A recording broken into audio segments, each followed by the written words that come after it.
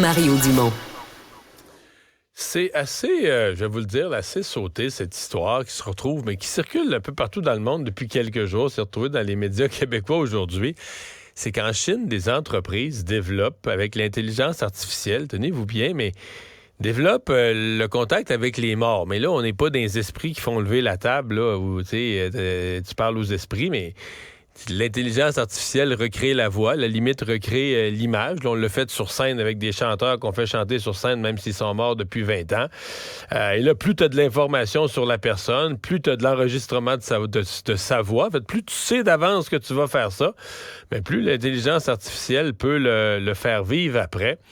Alors là, pour certains, on fait avec ça une autre forme de salon funéraire, pas de salon funéraire, mais de cimetière, mais de cimetière de vivants. Mais dans d'autres cas, on permet aux gens de leur parler, puis on dit que pour les plus fous, on peut même camoufler la mort d'un proche en le faisant via ses avatars, sa voix, en le faisant aux yeux de certains, là, en le faisant vivre artificiellement après sa mort. Quoi penser de tout ça? Frédéric Bruneau, professeur associé à l'École des médias de l'UQAM, spécialiste en intelligence artificielle et ses dérives.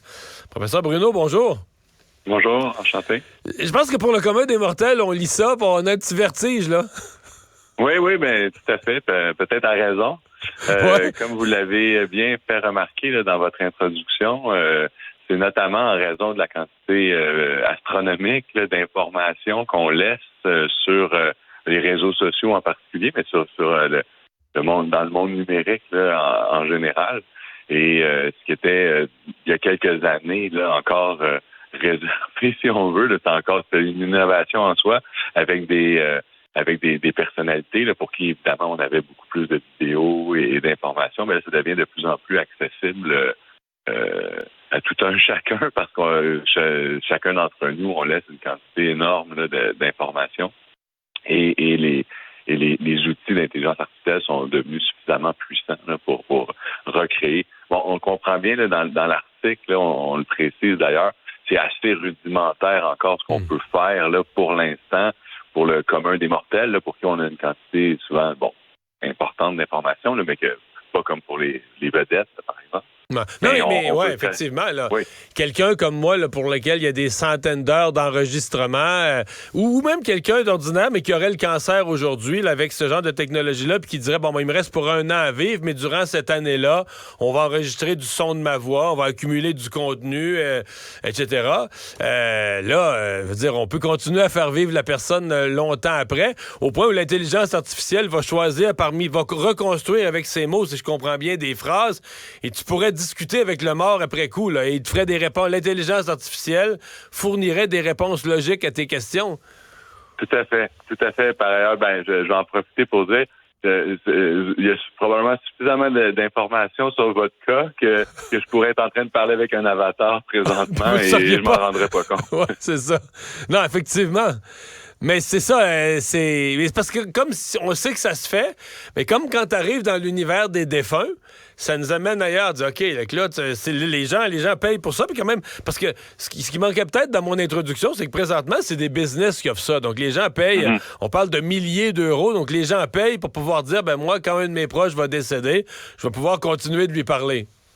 Oui, et puis ça évidemment, ça soulève une question. Là. Il y a en soi, là, à mon avis personnel, il n'y a pas de mal à faire. D'ailleurs, il y a des entreprises de pompes funèbres et tout le reste. Il n'y a pas de mal en soi avec ça, mais évidemment, ça peut soulever des questions sur le type de service qu'on va offrir. Parce que là, évidemment, là, on voudrait que ce soit un service qui soit bénéfique pour les personnes qui vont l'utiliser, mais là, dans quelle mesure on peut évaluer l'aspect néfaste ou bénéfique, dans quelle mesure on peut aussi diriger les gens pour qu'ils puissent avoir une utilisation qui soit bénéfique pour leur deuil finalement. Et là, on peut présupposer que certaines entreprises vont peut-être avoir ce souci-là, mais peut-être que d'autres l'auront moins ou pas du tout. Puis à ce moment-là, comme c'est un marché émergent, probablement qu'on peut retrouver un peu de tout là, et ça soulève évidemment des questions là, sur l'aspect souhaitable ou non là, de ce type de service. Ouais.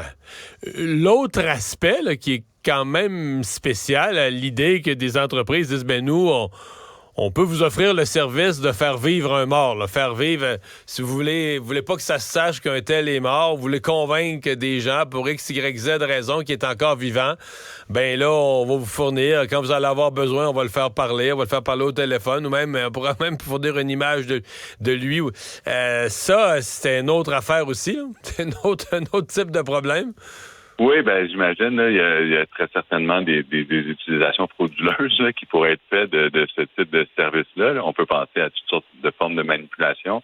Évidemment, ben ici, c'est un bel exemple. Là. Sur bien d'autres sujets, c'est souvent le cas aussi, là, mais on entrevoit rapidement, là, je suis pas un spécialiste du droit, mais on entrevoit rapidement que il y a des lois en vigueur sur ce type de fraude ou de manipulation, mais que les lois sont très certainement pas mises à jour là, en fonction de ces nouveaux outils ou de ces situations. Donc, ça faudra aussi qu'il y ait certaines réflexions sur ce nouveau type de services qui seront très certainement offerts de plus en plus.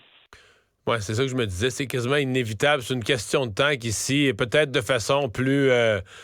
peut-être avec un peu plus de doigté, mais c'est inévitable que ce type de service-là... L'idée générale que l'intelligence artificielle permette de prolonger l'image de quelqu'un, c'est une question de temps. Quelqu'un va offrir d'y donner une forme pour nous aussi, là.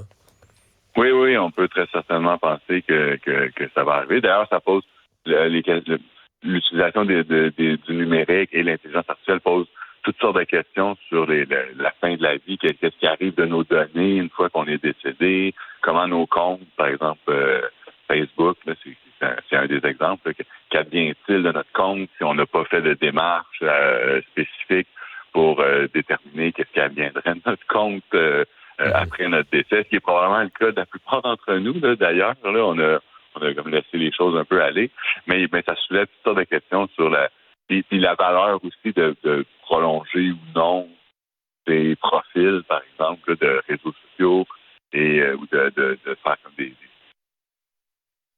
pratiquement des monuments mémoriaux là, pour que les gens puissent se recueillir en ligne. Donc, ça soulève tout un ensemble de questions sur la fin de vie, la façon dont on utilise ces outils numériques dans nos vies, mais après notre mort également. Comme l'impression, c'est comme si c'est des outils qu'on est juste en train d'apprivoiser, là, qui sont apparus, qui sont des choses qui sont technologiquement possibles, mais qu'il faudra, en termes de civilisation, réussir à apprivoiser. Frédéric Bruno, merci beaucoup. Merci à vous. Au revoir.